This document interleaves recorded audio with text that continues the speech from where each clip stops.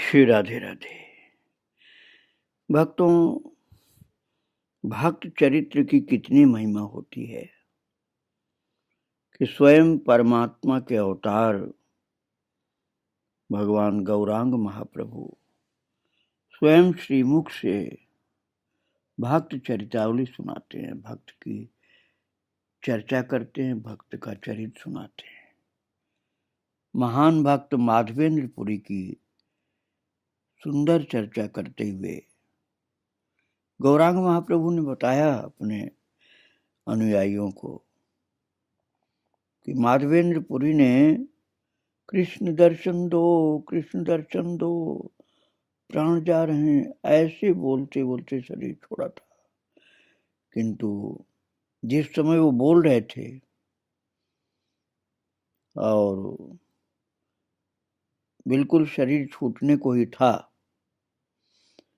तो उस समय भगवान श्री कृष्ण ने प्रकट होकर कहा, मैं यहां हूं, देखो, ऐसे कह करके दर्शन दिया। और स्वभाव परोक्ष रूप से ये प्रमाणित कर देता है कि प्रभु भक्त को दर्शन देने आते हैं जब वो व्याकुल होकर पुकारता है। जिस स्वभाव को लेकर नास्तिक लोग गर्व करते हैं, वो स्वभाव तो मिथ्या होता है। और प्रभु के शांत होते ही गोपीनाथ के सेवकों ने 12 पात्र खीर प्रसाद प्रभु के सम्मुख लाकर रखा। महाप्रभु थोड़ा सा लेकर के भक्तों के साथ खा लिए और वहां से सभी जाजपुर आए। उस समय जाजपुर बहुत समृद्धशाली था। यहाँ के प्रधान ठाकुर आदि वराह थे। ये विरजा देवी का भी स्थान है भक्तों। और सत्य तो यह है कि भारतवर्ष की प्रधान संपत्ति है देवालय।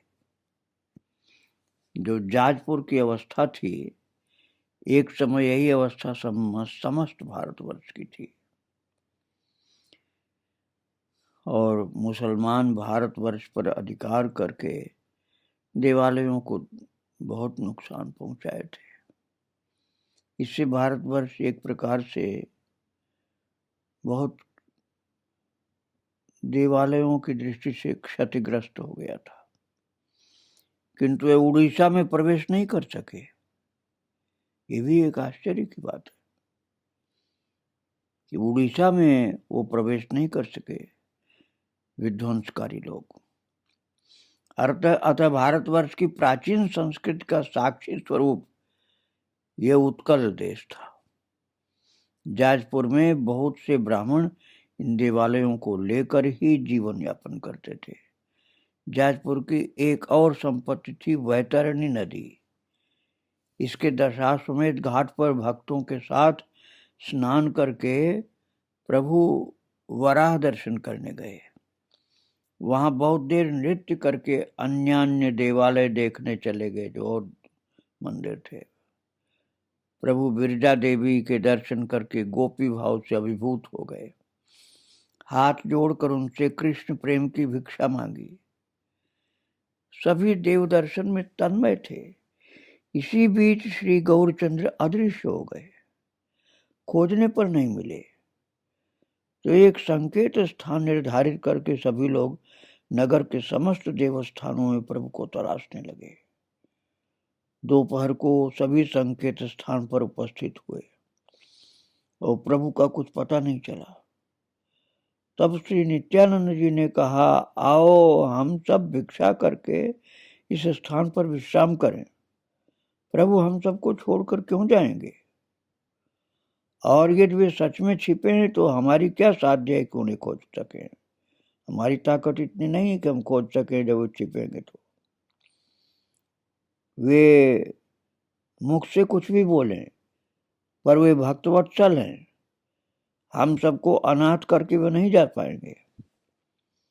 इस बात से आश्वस्त होकर के सबने प्रसाद पाया और विश्राम किया।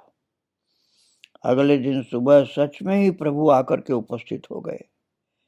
सभी अपने खोए हुए धन को पा करके आनंद से हरि ध्वनि करने लगे।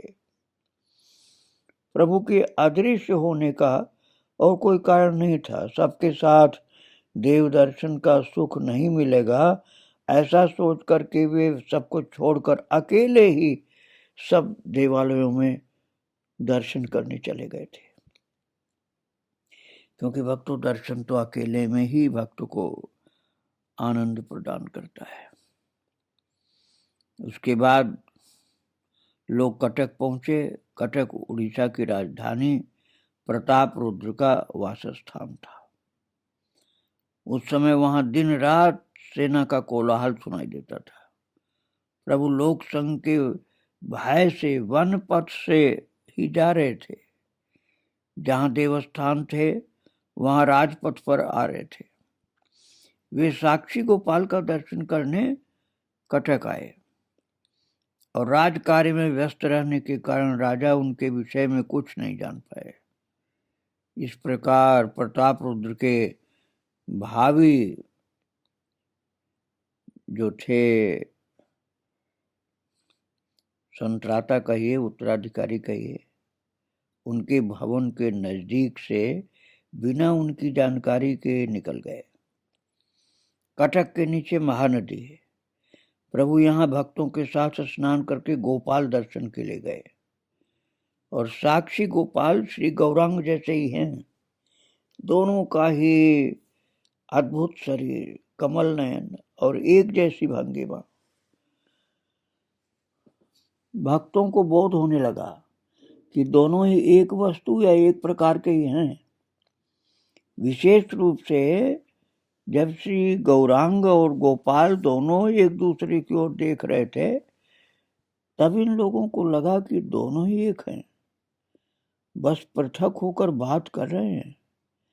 सत्य तो यह है कि गौरांग जब कृष्ण के स्वरूप के दर्शन करते, तब उनका मुख देखकर बोध होता जैसे वे किसी जीवंत वस्तु को देख रहे हैं और उनके साथ मधुर वार्ता में लगे, आलाप कर रहे हैं। भक्तगण देख रहे हैं मानो गोपाल और गौरांग दोनों बात कर रहे हैं। और कटक जैसे जनाकीर्ण स्थान में प्रेम तरंग उठाने से परिस्थिति विषम हो सकती थी। इसीलिए प्रभु गोपाल के साथ चुपचाप भेंट करके भक्तों के साथ भुवनेश्वर आ गए। और भुवनेश्वर के समान सुंदर स्वरूप पूरे जगत में समझो नहीं है, ऐसा बताते हैं लोग। भुवनेश्वर की देव मूर्ति की जो भंगिमा है वो अद्भुत है। जिस प्रकार गायक प्रेम भक्ति की चर्चा करके अपने गीत से भुवन मोहित कर सकता है, उसी प्रकार कारीगरी को देख करके मुग्ध हो जाता है व्यक्ति। विशाखा ने चित्र बना करके कृष्ण को पाया था। ऐसे ही कारीगरी का प्रभाव होता भक्तों। भुवनेश्वर शिव का स्थान है, काशी की तरह विख्यात है, इसीलिए इसे गुप्त काशी भी कहते हैं। प्रभु शिव का वैभव देख करके बड़े संतुष्ट हुए। महाप्रभु चैतन्य शिव का वैभव देख के प्रसन्न हो गए एवं उनके आगे नृत्य किया और शिव के प्रेम में प्रभु उन्मत्त हो गए। अगले दिन सुबह बिंदु सरोवर में पुनः स्नान कर सभी कमलपुर आ गए। भागी नदी में स्नान करके कपोटेश्वर शिव के दर्शन के लिए चले। नित्यानंद नहीं गए, घाट पर बैठे रहे। गौरांग के अतिरिक्त अन्य किसी ठाकुर के दर्शन के लिए उनकी वैसी स्पृहा नहीं थी। सभी कपोटेश्वर शिव के दर्शन को जाने लगे तो जगदानंद ने सोचा कि ये भिक्षा का अच्छा अवसर है, वे प्रभु का दंड लेकर के चलते थे, तो अब वो दंड से नित्यानंद को दे गए। निताई दंड लेकर के भागी नदी के किनारे बैठ गए। गौर पास नहीं है, अतः निताई श्री गौरांग के दंड के साथ बातें करने लगे। कह रहे दंड, तुम्हारे जैसा एक दंड मेरे पास भी था, जिसे मैंने तोड़कर फेंक दिया। अब तुम्हें तोड़ सकूं तो मेरे मन का कष्ट मिटे। अच्छा दंड बताओ, जिन ठाकुर को मैं हृदय में वहन करता हूं, वे ठाकुर तुम्हें वहन करें, तुम्हारी इतनी बड़ी स्पर्धा क्यों है? अभी तुम्हारी गर्दन तोड़ता हूं, देखो तुम्हें कौन बचाता है। और ठाकुर वंशी हाथ में लेकर तीनों लोग को मोहित करते थे। उसी वंशी तुमने दंड बन करके उन्हें वृक्षतल वासी व कंगाल बना दिया। तो दंड, आज मैं तुम्हें दंड दूंगा। वस्तुतः श्री गौरांग के सन्यास के उनके भक्त और निर्जनों को अत्यंत व्यथा हुई थी गौरांग के सन्यास से। तो प्रभु के सन्यास के समस्त उपकरण उन्हें महाराज विष के समान प्रतीत होते थे, किंतु कुछ करने या बोलने का साहस उनमें नहीं था। आज नित्यानंद के हाथ में दंड आ गया है, वे उसे दंड कैसे छोड़ेंगे? उन्होंने सच में महाराज 3 खंड करके जल में बहा दिया दंड को। और ज्ञानी लोग कहते हैं कि दंड विधि का प्रतिरूप है। भगवान विधि के चाकर नहीं, उससे परे हैं। इसीलिए नित्यानंद ने दंड तोड़ डाला। किसी किसी का कहना है कि श्री गौरांग प्रेम धर्म की शिक्षा देने के लिए आए हैं। विधि धर्म और प्रेम धर्म परस्पर विरोधी हैं। निताई प्रेम धर्म के पक्षपाती एवं फलोपभोगी हैं। वे प्रभु को ये दंड रूपी ढोंग क्यों रखने देंगे? इसीलिए उन्होंने दंड काष्ठ को तोड़कर फेंक दिया। निताई दंड को तोड़ करके बैठे रहे, मन ही मन साहस बटोरते रहे कि यदि प्रभु ने दंड भंग को लेकर क्रोध किया तो वे उनसे झगड़ा करेंगे।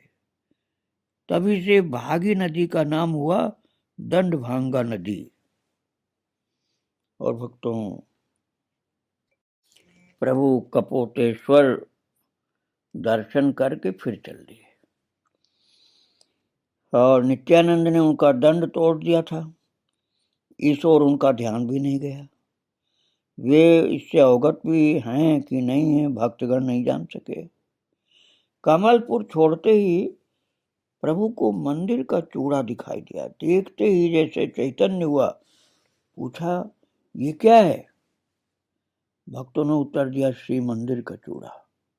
यह सुनकर के प्रभु का शरीर नाना भावों से तरंगायमान हुआ और वे समस्त भाव उनके श्रीअंग में छिपने का स्थान न पाकर प्रकट होने लगे।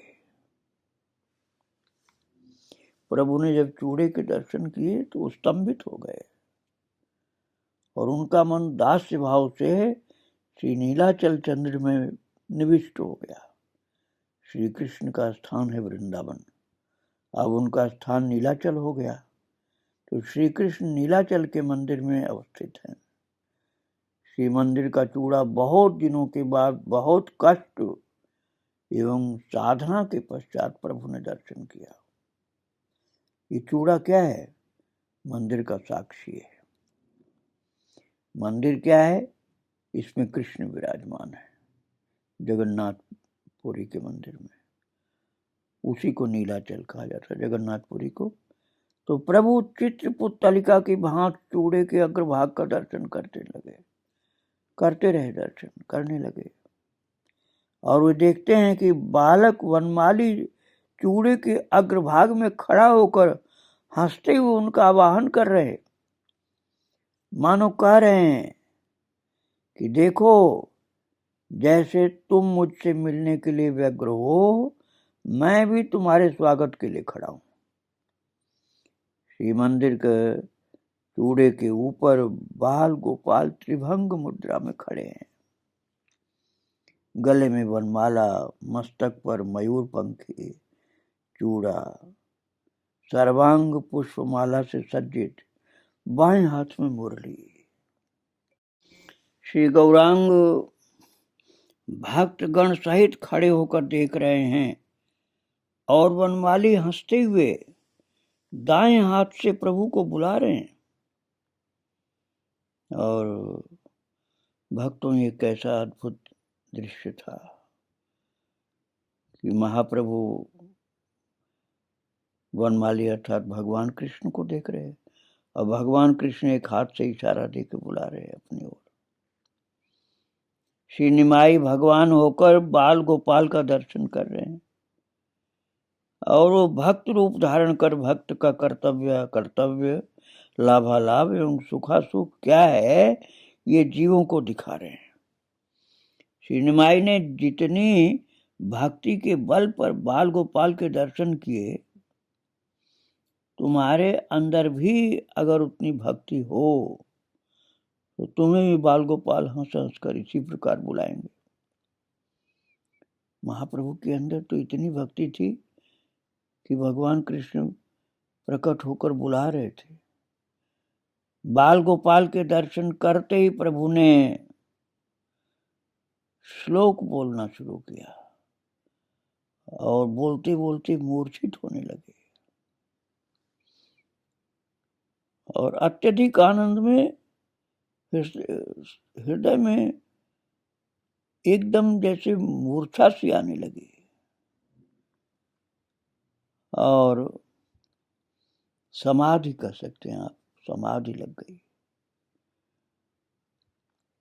तो प्रभु की आनंद तरंग ऐसी हो गई कि गतिरोध हुआ और मूर्छित होकर गिर पड़े प्रेम समाधि में। किंतु मूर्छा प्रभु को अधिक समय तक भूमि पर लिटा करके नहीं रख सकी। थोड़ी ही देर में चेतना पाते ही पुनः मंदिर की ओर जाने की चेष्टा करने लगे, किंतु चेष्टा मात्र, चलते हैं और पुनः गिरते हैं। और जैसे ही कुछ चैतन्य अर्थात होश होता है, शरीर का ध्यान आता है, तो मंदिर के चूड़े की ओर देखते हैं कि वे कृष्ण खड़े हैं। तब वे चीख कर कहते हैं, देखो देखो, अरे देखो कृष्ण वर्ण बालक बलिहारी, कितनी सुंदर नीलमणि कांति, कितना सुंदर वदन, कितना सुंदर हास्य। अरे ये देखो, मेरी ओर देखकर मधुरता से हंस रहा है। कभी निताई का हाथ पकड़कर कहते हैं, अरे ये देखो निताई, क्या करें? और वो न देखते हुए भी कहते हैं कि हाँ देख रहा हूं। फिर कभी प्रभु रुको रुको, मैं अभी आ रहा हूं, ऐसा बोल करके दौड़ते हैं, किंतु पुनः मूर्छित होकर गिरने लगते हैं। इस प्रकार लीला करते करते प्रभु मंदिर की ओर चल दिए। जिस स्निग्ध स्नेहमय मनोहर मुख को सहज अवस्था में देखकर लोगों को जगत सुखमय लगता है, इस समय वही मुख नाना भावों, नाना रूप सौंदर्य से परिशोभित है। और जिस प्रकार 12 वर्षीय बालिका के हृदय में आवेग होने से आधर हल्के हल्के कांपते हैं, प्रभु के सुंदर चिकने रक्तवर्ण अधर उसी प्रकार हल्के हल्के कांप रहे हैं। लोहित वर्ण के दोनों कमल नयन लगता है जैसे कारुण्य रस के 2 सरोवर हैं। प्रभु का गलित स्वर्ण वर्ण शरीर जब धूल धूसरित होता है तो शोभा एक अलग प्रकार की होती है। फिर थोड़ी देर बाद ही नयन जल द्वारा धुल जाने से उनका सारा शरीर अति उज्ज्वल गौरवर्ण हो जाता है और प्रभु के सुंदर शरीर में ये पता ही नहीं चलता है कि ये मनुष्य का शरीर है कि देव शरीर या भगवान का शरीर है। महाराज स्वयं 2 रूप धारण किए हैं। बाल कृष्ण के रूप में दर्शन दे रहे हैं और गौरांग महाप्रभु के रूप में दर्शन कर रहे हैं। इसके बाद प्रभु वहां से चले। कमलपुर से श्री क्षेत्र 3 कोस है। इतने से रास्ते को पार करने में 2 पहर हो गया। जैसे प्रताप रुद्र कटक के राजा, वैसे ही से जगन्नाथपुरी के राजा। इच्छा मात्र से उनका दर्शन नहीं मिल जाता है। भक्तगण विचार कर रहे हैं कि उनके दर्शन किस प्रकार होंगे। वे लोग परदेशी, किसी के साथ परिचय नहीं, फिर भी वासुदेव सार्वभौम नीलाचल में हैं। यदि वे सहायता करें तो अवश्य ठाकुर के दर्शन हो सकते हैं। कारण एक प्रकार से पुरी के राजा हैं। उड़ीसावासी राजा के बाद उन्हीं का सम्मान करते हैं, पर वे बड़े आदमी हैं, राजमंत्री से भी अधिक पूज्य। राजा उनकी आज्ञा का पालन करते हैं। वे इन जैसे उदासीन लोगों की सहायता क्यों करेंगे। तभी मुकुंद ने कहा कि गोपीनाथ आचार्य प्रभु के भक्त हैं और वे नीलाचल में ही हैं, वे सहायता करेंगे। और वे सार्वभौम के बहनोई होने के कारण सहायता करने में सक्षम होंगे। इस प्रकार इन गोपीनाथ पर भरोसा करके भक्तगण नीलाचल के लिए चल दिए। प्रभु को इस परामर्श के विषय में जरा भी पता नहीं। वे भाव संवरण करके नित्यानंद से बोले, मेरा दंड कहाँ है। अभी तक नित्यानंद सोच रहे थे कि वे दंड तोड़ने के दंड से बच गए। अब प्रभु को दंड की खबर लेते देख करके उनका मुख सूख गया नित्यानंद का। पर प्रभु अब तो नीलाचल आ गए और क्या करेंगे। इसके अतिरिक्त संन्यास ग्रहण करने के बाद से प्रभु भक्तगण के सुख दुख के विषय में न सोचकर अपनी इच्छा अनुसार ही कार्य करते रहे हैं। इसे लेकर निताई के मन में गुस्सा भी है। इस दंड भंग को लेकर के प्रभु के साथ झगड़ा करेंगे, उनका यह संकल्प भी था। किंतु प्रभु के समक्ष आ करके उनका वो साहस समाप्त हो गया। इसलिए उत्तर न दे पाने के कारण निताई ने मस्तक नीचा कर दिया। तब प्रभु ने कौतूहल के साथ अन्य भक्तों की ओर देखा। जगदानंद प्रभु का दंड वहन करते थे, वे उसकी सुरक्षा के लिए उत्तरदायी थे। इसलिए उन्होंने प्रभु से कहा, हम सब की ओर क्यों देख रहे हैं, श्रीपाद से पूछिए। इस पर प्रभु ने जगदानंद से पूछा। जगदानंद ने कहा, उसके 3 खंड हो गए। तब प्रभु ने कुछ मुस्कुरा कर नित्यानंद से पूछा, दंड क्यों तोड़े। रास्ते में क्या किसी के साथ दंगा किया था। श्री नित्यानंद ने उत्तर दिया, तुम मूर्छित होकर गिर पड़े थे, तब दंड मेरे हाथ में था। तुम्हें पकड़ते समय 2 जनों के भार से वो टूट गया। यह सुनकर जगदानंद बोले, श्रीपाद प्रभु के साथ छल करने से क्या लाभ और छुटकारा भी कहाँ। मेरे पास दंड था, अब मेरा स्पष्ट कहना ही उचित। प्रभु श्रीपाद ने पता नहीं क्या सोच करके आपका दंड तोड़कर जल में प्रवाहित कर दिया। तब प्रभु ने मानो क्रोध करके निताई की ओर देखा।